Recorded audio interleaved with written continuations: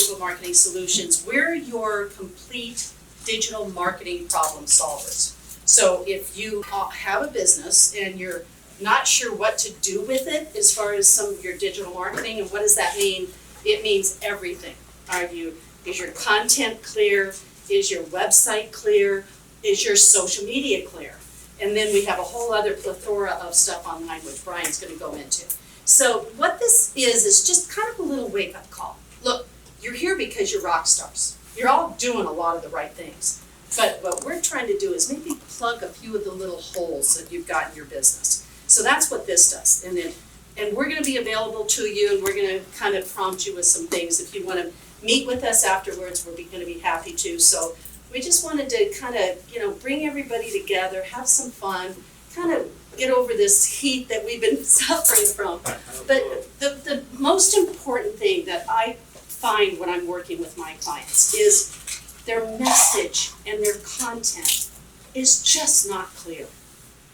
We just make this so complicated for our poor customers. They go to our websites or they go to our social media, and we're so busy talking about us that we forget it's about them. What's in it for them? What does your content say that speaks to that exact avatar that you want to work with? But what does your avatar care about? And if you can evaluate and go back into your website and your social media, and are you really engaging them about them? Or is it all about you and your business and, sell this, sell that, that's the very first thing that I recommend as your marketing director to start working on. Because content is queen. I had to do it. Content is queen. And if you are struggling with content, that's probably where I might be able to help you. But content is everything, folks. And those of us that are in the business, it's probably easy for us, but we really struggle with it too. Even though we're the experts, we have a tendency to fall into those traps of making it about us. So I think if I can leave you this one share of what I've learned in the last 150 years that I've been doing this, is just make it all about them. And it takes this pressure off of you, because we're always so worried about selling all the time that let's take that pressure off. Because how many of you love to be sold? None of us. So why do we do it? If we don't like to do it, why do we do it? So make it about them. What do they want? What are their dreams? Where do they want to be? What problems can you solve for them? And when you focus on that, all of a sudden it becomes very clear how you can speak to them. One of the big questions to ask yourself is, how do you make me feel as your customer? How do you make me feel? So that's all I'm going to leave you with, because I think you do that and you guys are going to catapult. You're going to go into the stratosphere, and then you're going to hire all of us to do it all anyway, so we'll be fine. So next up, my partner in crime, Shawn Campbell with Campbell Marketing Group. I really want to thank Bill for allowing us to do this. Once we put this together, I cannot wait to do this, because the concept was do a lunch and learn, but we turned it into a think and drink. And at first we had talked about drinking a little bit, and I was going to come up and drinking some more. So I was looking forward to speaking to a bunch of people that needed to Uber and Lyft home, but you guys are still sober. But on the other hand, I didn't do anything to prepare for this, which is going to be really cool, because what I wanted to talk about is the state of the state of the union address for social media. And yesterday, a breakfast group, did I tell you about this? A breakfast group wanted me to come by and talk about the social media do's and don'ts. So it was a good prep, so I can come in here and kind of go over the do's and don'ts of social media. I'm going to apologize ahead of time, because if I don't offend anybody, I've done so many presentations about social media. I've learned if I don't offend somebody or get under your nerves a little bit, I didn't do my job. I've probably spoken to over 1,000 people in Tucson about how to do your social media. I'm very transparent. I don't keep a secret sauce. I don't keep any secrets. But I'll be surprised if one of you actually implements something I say today. I'll be surprised. I'm just being honest. If it motivates you to prove me wrong, great. I hope it does.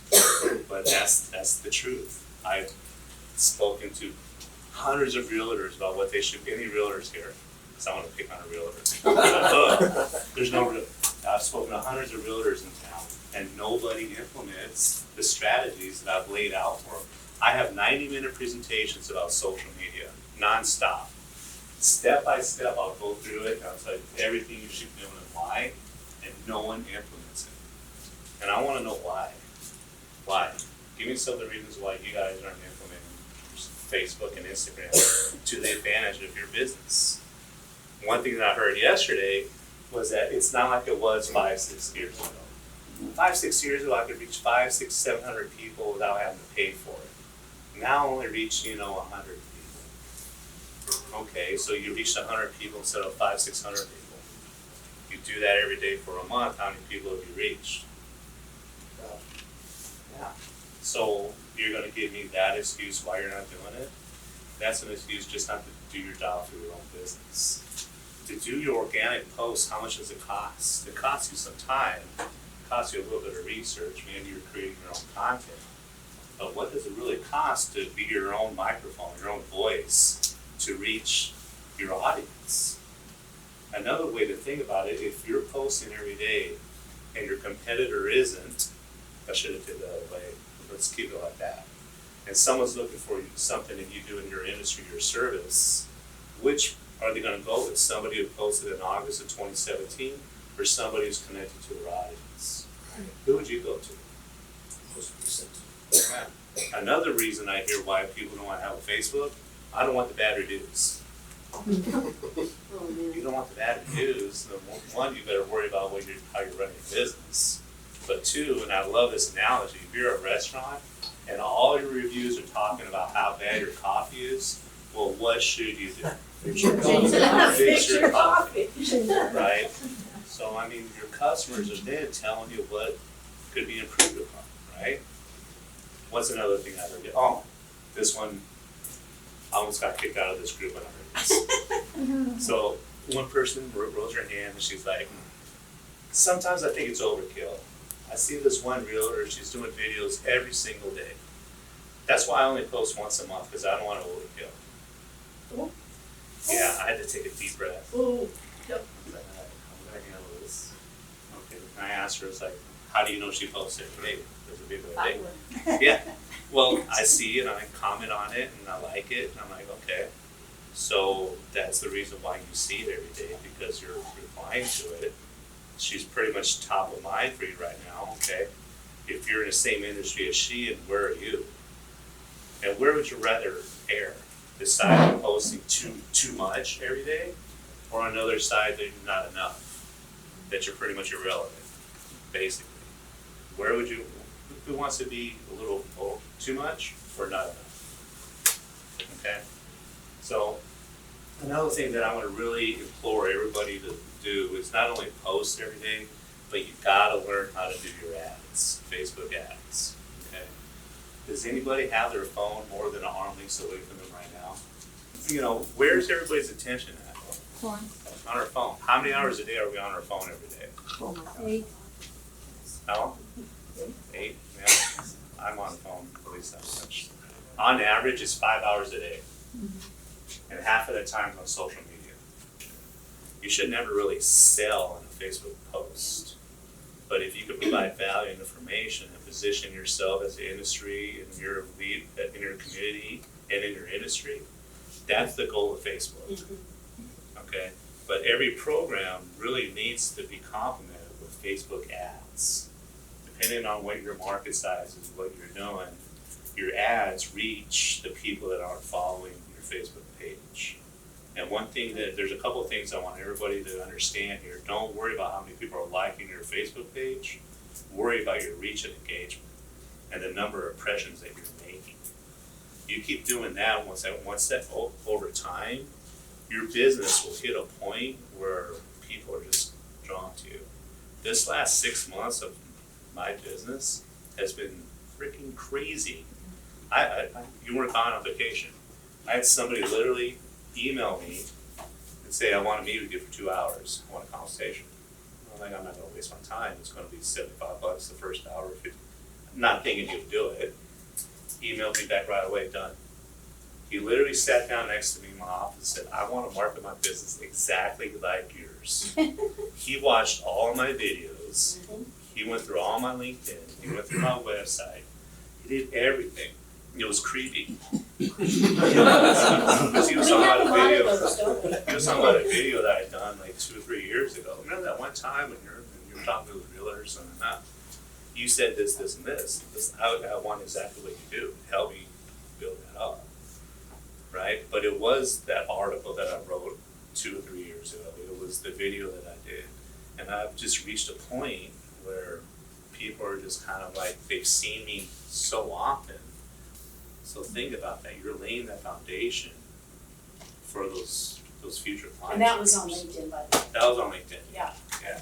So it provides credibility even in really unique situations like you guys are in. Because that's what we're all trying to do, is provide credibility. Because they've got a lot of people to talk to, right? So credibility is big. So the whole, moral of the story is don't always think about what the immediate ROI is. Think about the impressions you're making today, the last month, next year or so, that's gonna lead up to that. One of my clients is a phenomenal marketer, and he works for a local AC company. And all he worries about, honestly, is how many impressions he makes in this town every day. He literally has a kiosk at one of the malls, has a gentleman like Brian who's like just a happy-go-lucky guy and shakes hands with everybody. Kisses babies. Kisses babies. He doesn't care if the guy sells an AC unit at all. He just wants this guy with this logo shirt to come up and shake everybody's hand and see how they're doing all day. He's getting paid to be friendly. But the number of impressions this kiosk makes is thousands and thousands and thousands a month.